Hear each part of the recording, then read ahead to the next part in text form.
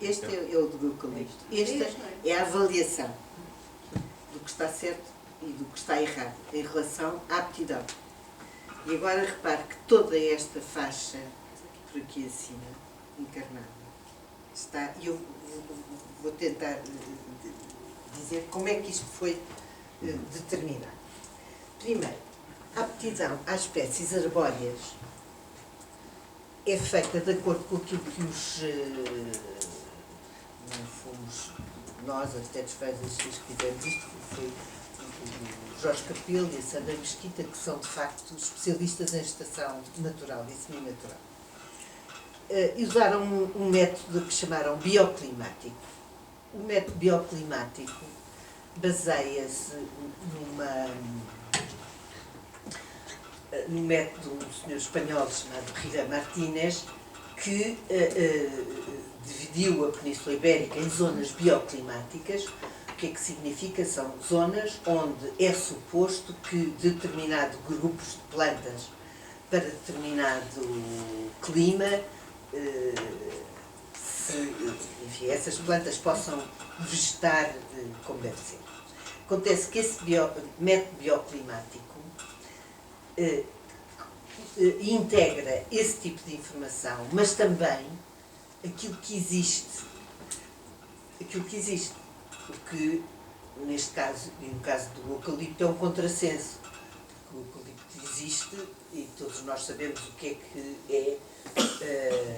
é que são as consequências ecológicas do eucalipto, em termos da biodiversidade, em termos da alcalinização gravíssima dos solos, em termos do consumo de água e também agora em termos de ser uma espécie que arde com toda a facilidade, não é?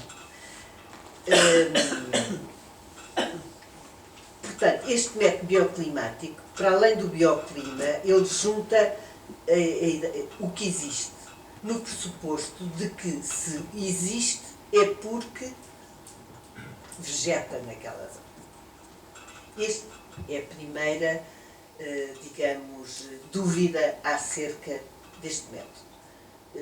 Tanto quanto sei, não há nada mais recente ou mais do que este método, mas no caso do eucalipto, para quem conhece o país e para quem conhece aquela zona, por exemplo, na zona entre Castelo Branco e a fronteira, há eucalipto, porque há eucalipto, mas é um eucalipto tal que pura e simplesmente, em termos de produção mesmo de lenho, não serve para nada. Quer dizer, e portanto, este método que conta com o que existe, conta que, havendo ali eucalipto, teoricamente podia ser possível ter eucalipto. A partir dessa grande área, digamos, de aptidão ao eucalipto, aquilo que foi feito foi relocalizada essa aptidão de acordo com um conceito que é o conceito de aptidão à agricultura e à silvicultura. Este país é assim, há determinados critérios para a aptidão à agricultura que, no fundo, estão nas terras melhores, ou nas terras que podem ser mais facilmente melhoradas, como é o caso das areias úmidas, etc. E as condições menos, ecologicamente menos propícias à produção de biomassa serão guardadas para as espécies arbóreas. Eu já não lhe chamo de floresta porque já ninguém sabe o que é floresta. Nós podemos tentar definir se é floresta, se é bosque, se é mata. Espécies arbóreas em associação ou não. E o que é que isso... Isso já implica uma escolha para o país. Porque é evidente que se o nosso objetivo fosse produzir lenho, então as árvores vegetam melhor em solos com melhores características do que em solos com piores características. Todas as plantas aquilo que precisam é de nutrientes, água e sol para crescer. E as árvores também. Mas essa não foi a escolha. A escolha foi que a primeira produção exigir são culturas agrícolas, são as anuais, são aquelas que nós comemos, e então é deixar as árvores e os matos, as associações estão ligadas, até porque são as árvores e o subbosque das árvores que melhoram a conservação da água e do solo, que favorecem a infiltração da água e que favorecem a formação do solo. Portanto, isso já, essa escolha implicou que a primeira aptidão, que abrangia áreas muito maiores, fosse restringida a umas áreas que nós chamamos de aptidão múltipla, que é, estando aqui a agricultura, estando aqui a silvicultura, digamos, há uma zona intermédia, que chamamos de aptidão múltipla, que tanto dá para uma coisa como para outra, e onde não é particularmente grave haver culturas, digamos, industriais, podemos lhe chamar assim. E é aí que o eucalipto surge como possibilidade de uma hipótese, enfim, de uma espécie que tem um valor económico importante e que, apesar de tudo, está. Agora, isso é uma concepção completamente diferente do que a que vigorou neste país durante anos, em que se fazia a fábrica, depois decidia-se qual era a necessidade de matéria-prima para a fábrica, e depois a matéria-prima tem que ser produzida independentemente da aptidão da paisagem para produzir essa cultura, não é? Seja ela qual for. Foi assim com a campanha do trigo, depois foi com a campanha do pinheiro, depois foi com a campanha do eucalipto. Portanto, é um conceito completamente diferente, que é dizer, e deixam continuar a crescer as fábricas de fábrica de papel, não é? De pasta de papel. Vão buscar a matéria-prima onde quiserem, mas aqui não pode ser a qualquer custo que a vão buscar, não é? E mesmo assim já ficamos com os resíduos da produção da pasta de papel.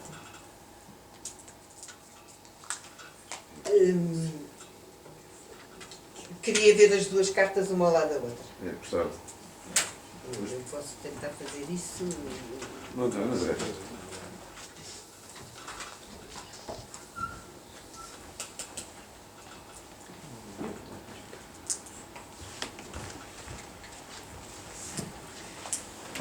Essa apresentação foi tão rica e tão densa que eu ia lhe pedir para desenvolver uma areazinha que tocou que é os tais 50% edificado em sítio errado.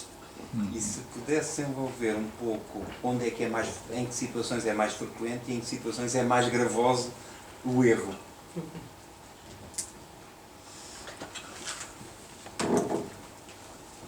A aptidão à edificação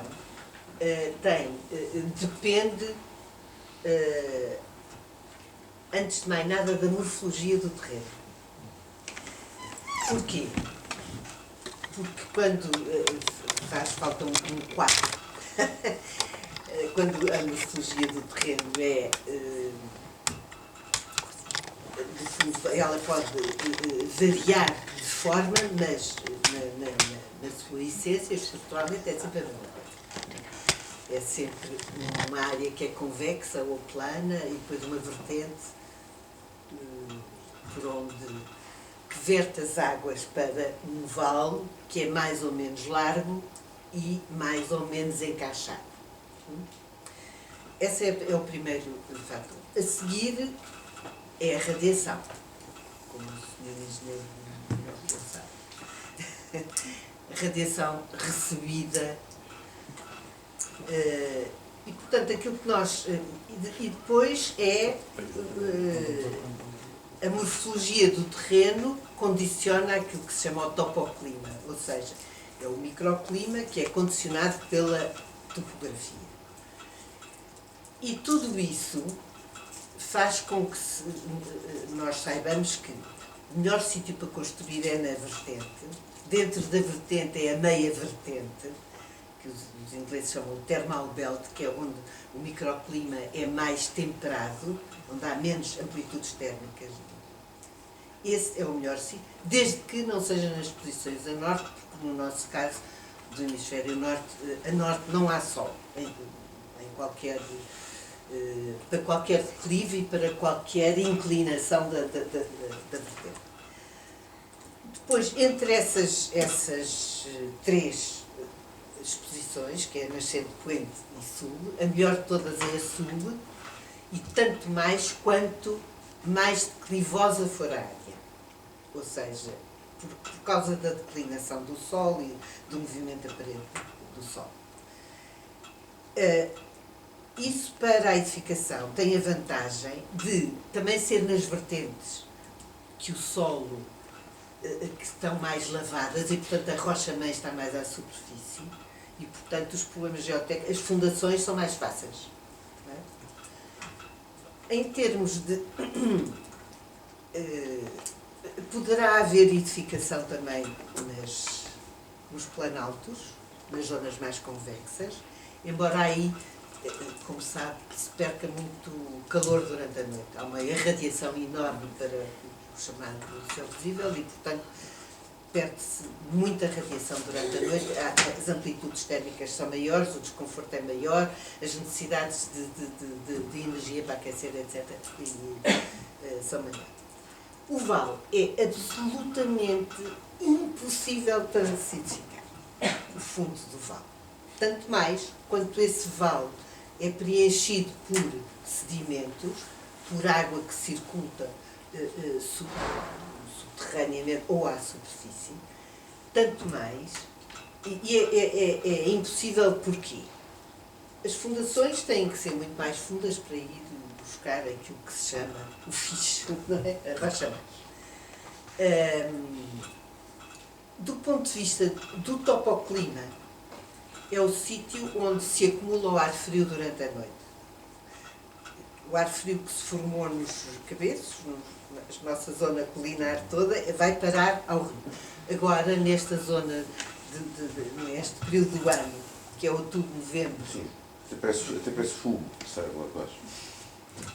Não, quando se ouve aqui em Lisboa os barcos a roncar no Tejo, é porque há nevoeiro lá embaixo, é porque houve um grande arrefecimento noturno e, portanto, a descida do ar frio enche o vale como se fosse algodão, não é? As pessoas sabem. Quem está dentro desse algodão tem frio, tem umidade e mais. Nas zonas urbanas, esse ar frio funciona como um xarope com uma certa viscosidade que transporta tudo o que é porcaria, portanto, partículas. Portanto, as pessoas que estão dentro nessa zona têm os problemas respiratórios, os problemas de reumatismos e etc. E gastam muito dinheiro em aquecer-se no inverno, sobretudo. E é assim que está o Parque das Nações. Quer dizer, o Parque... O Sr. Engenheiro conhece melhor que eu. O Parque das Nações. O Vale de Benfica, eu tenho fotografias do Vale de Benfica completamente, às 11 horas ainda da manhã, completamente preenchido por esse ar frio que se acumula durante a noite. Acontece que nos vales é exatamente onde nós temos a melhor acumulação de sedimentos, porque todo o resto das zonas deita sedimentos para esse vale, que com a água, etc., é o sítio melhor para se fazer agricultura, ou para se fazer espaços verdes urbanos, ou para se fazer o que se quiser. Portanto, foi com base nestes critérios que aquela aptidão à edificação foi feita. E o que é certo é que nós, por exemplo, em Lisboa, nós tínhamos em Costa, tínhamos Alfama virada ao Tejo, que é a melhor exposição que há. Sul, e ainda por cima, o Tejo funciona como espelho em relação à radiação, quando o Sol está abaixo, que é no inverno. Toda aquela radiação se reflete, porque o Sol faz isto, reflete para a encosta sul, que está exposta a Lisboa. Fantástico. Há uma compensação térmica enorme.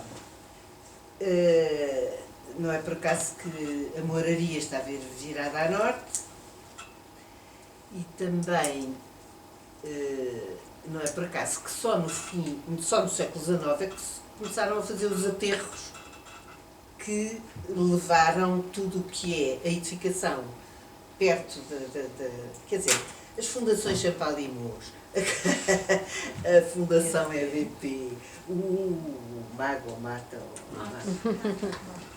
tudo isso está mal localizado. Era o último sítio onde deviam estar, até porque eram zonas que deviam ser dadas à população de Lisboa para ter contacto com o rio e para ter outras funções.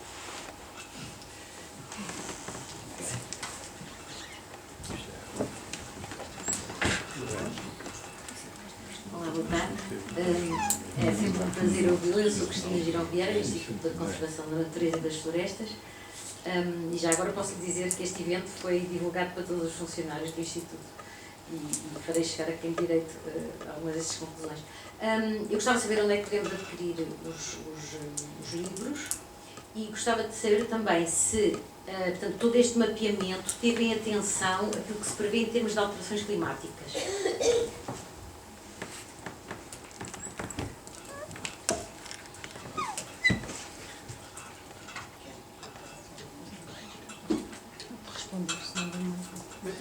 Se calhar aproveitava só para perguntar uma questão que a professora abordou agora. Quando falou nos problemas da saúde, abordou os aspectos que têm sido agora mais, que a Comissão Europeia tem pegado mais, que é os serviços dos ecossistemas. Ou seja, porque existe um conjunto de entidades privadas, de prestadores de saúde, de farmacêuticas, de seguradoras, etc., que começam a ver que há questões territoriais que, se forem mais bem aproveitadas, eles podem poupar dinheiro. Quer em questões asmáticas, saúdes mais diversas, quer depois em termos de riscos, não é? De seguros por cheias, etc. O serviço de ecossistemas, neste momento, é um dos aspectos começa a ser mais emblemático, quer nos horizontes 2020, quer nas políticas europeias em matéria ambiental, em que a economia começa a cruzar. Este livro faz isso, não é? Este livro não sei como, e a pergunta é como é que ele faz esta abordagem aos serviços de ecossistemas, se pode depois evoluir também para esta quantificação.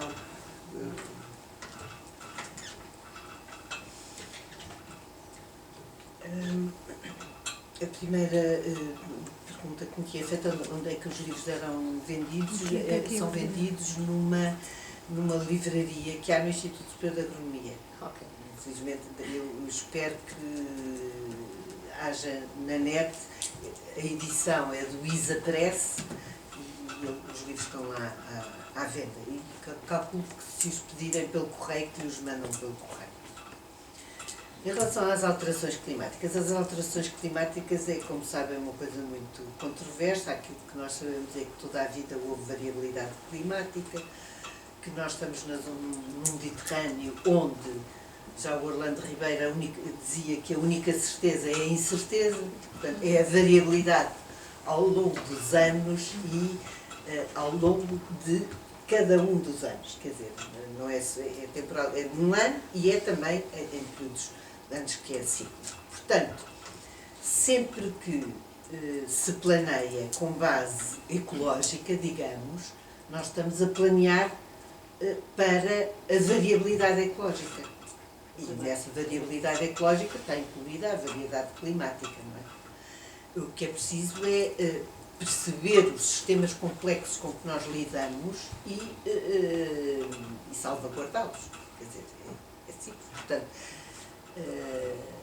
nesta perspectiva, quem faz planeamento de base ecológica está a salvaguardar todas as questões, todas as variabilidades, desde a climática às outras, não é?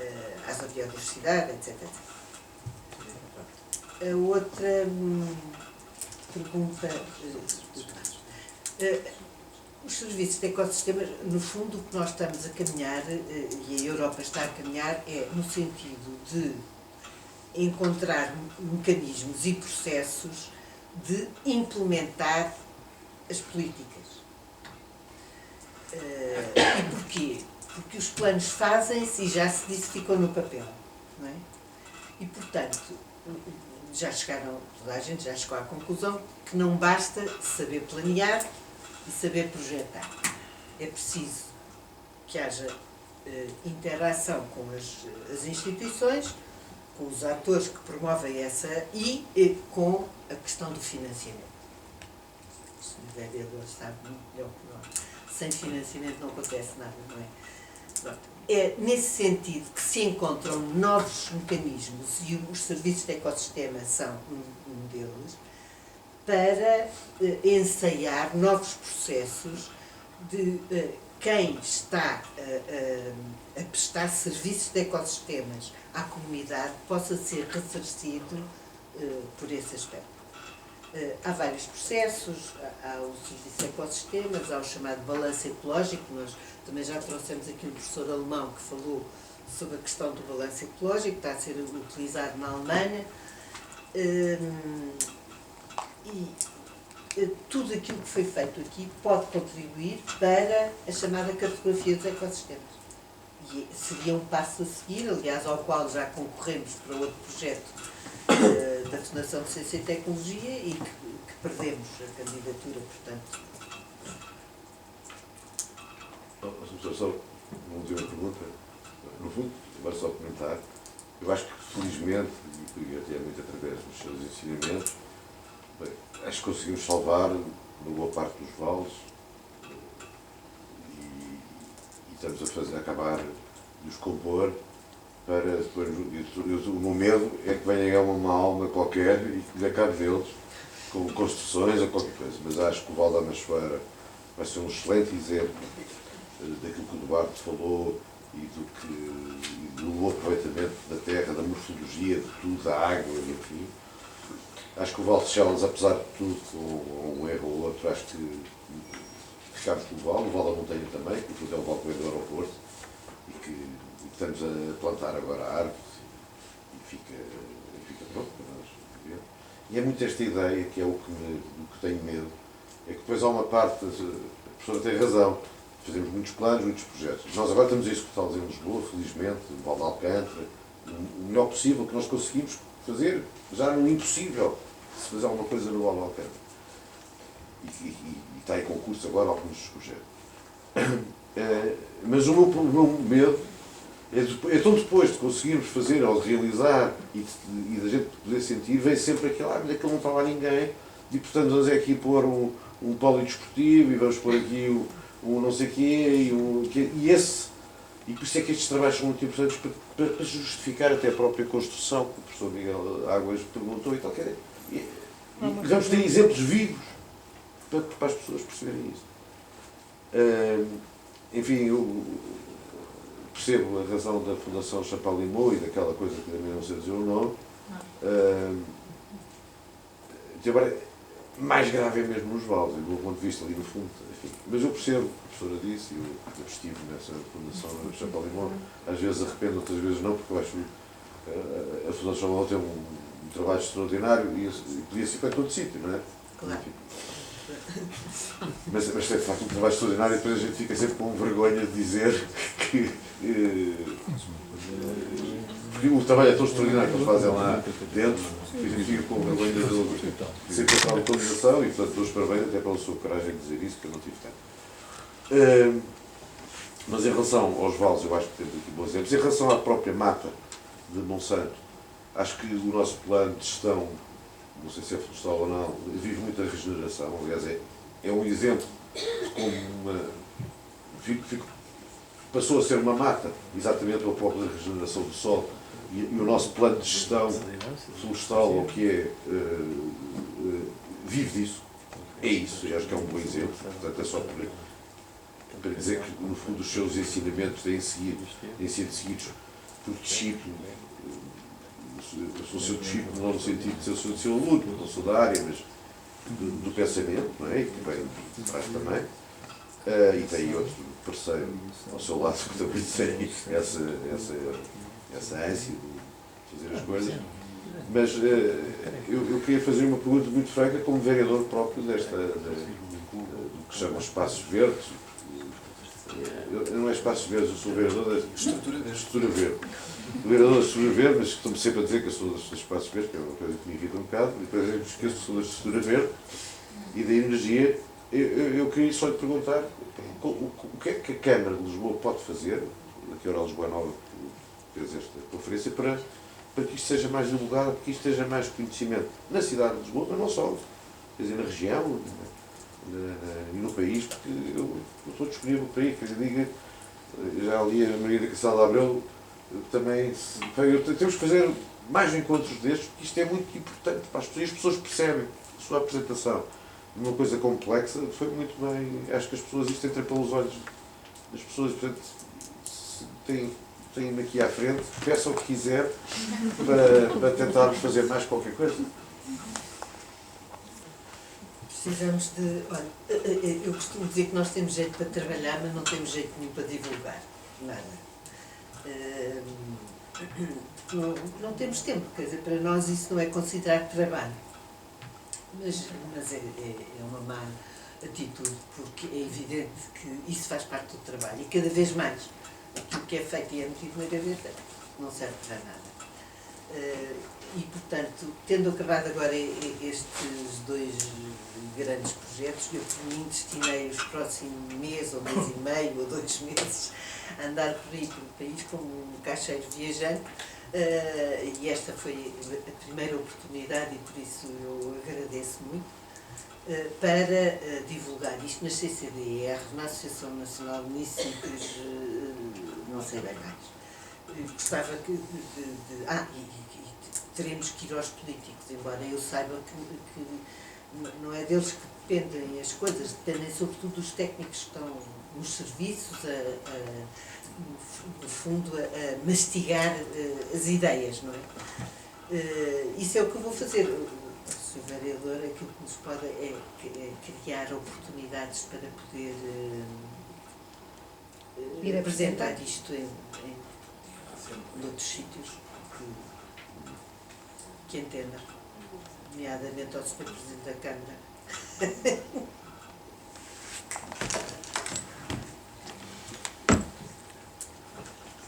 Vou tentar ser muito rápida, mas só contar uma história que é fundamental para esta questão dos políticos não perceberem. Durante 40 anos fui funcionária pública exclusivamente para o serviço público na área do ordenamento do território e fui diretora de serviços do ordenamento do Alentejo. Durante 10 anos tivemos como ministro o professor Valente Oliveira e como secretário de Estado o Dr. Nunes Liberato, que é aquele pinipom que andava atrás do professor Cavaco Silva sempre, que tem uma passada muito curta e corria na entrada do Palácio de Belém a acompanhar as pessoas e que teve a humildade, a certa altura, portanto nós tínhamos reuniões todos os meses com o ministro, os 5 diretores regionais e os presidentes das comissões de coordenação e às vezes a Direção-Geral do Ordenamento. E com o secretário de Estado era sempre que precisávamos. E um dia ele perguntou, Margarida, vou para o Algarve, estão a discutir se os campos de golfe podem estar na Reserva Agrícola Nacional. E pronto, com a humildade toda, virou-se para mim, eu não sei justificar a Reserva Agrícola Nacional. Você, agora, dê-me aí, em 3 minutos, dê-me aí argumentos, faz favor. Eu disse, olha, o mais rápido que eu lhe posso contar é o que nós nos contavam no curso, que esta questão da aptidão, portanto, se for bem interiorizada, verificou-se em Londres, e agora para aquele senhor da primeira fila, foi primorosamente planeada, no início, os parques, aqueles parques que nós conhecemos, o Hyde Park do St. James, por aí fora, estão ou nos cabeços convexos e desabrigados, ou nas zonas côncavas de acumulação de água, que é péssimo para a construção, como a professora já disse. O que aconteceu foi que na Segunda Guerra Mundial, quando Londres foi bombardeada, tinham fome, não havia hipótese de abastecimento de alimentos, e os ingleses foram só aos parques. Nós somos muito mauzinhos e dizemos que eles não destruíram as roseiras porque são ingleses, mas foram só aos canteiros e cultivaram couves e batatas em Londres, no centro de Londres, porque a aptidão estava lá. A aptidão estava conservada nos parques, portanto pode ser para a agricultura se for preciso em determinada altura da nossa vida, pode ser um parque de recreio, mas tinham a noção, aquilo nunca interessou para a construção, não tem aptidão. O que me faz impressão agora no MAT e na Fundação Champalimau, logo a seguir à Champalimau, eu já sei. Agora vem outra fundação. A primeira para o Estado era Rio, é óbvio que vem outra. Qual é que vem agora? EDP. EDP. Mas acabou já. Não, tem aquele edifício enorme, ao lado da E há um já a estrada. construir-se ao lado, logo. Já está. Não. Ao lado do mato já há outra em construção. Não, mas isso é aqueles restaurantes que queriam pôr o golfinho. Não, Foi pronto. aquela Aquilo é de pedra e cal, pá. Mas Além já existiam esses restaurantes, agora estão a juntar um passadiço, não é? E queriam pôr um golfinho, que é uma coisa medonha. Eu isso do golfinho ainda consegui falar, acho que não vão pôr o golfinho. Mas aí não é nova coisa, aí já existia. Eram 2 restaurantes, que não sei dizer os nomes, não era? Sim.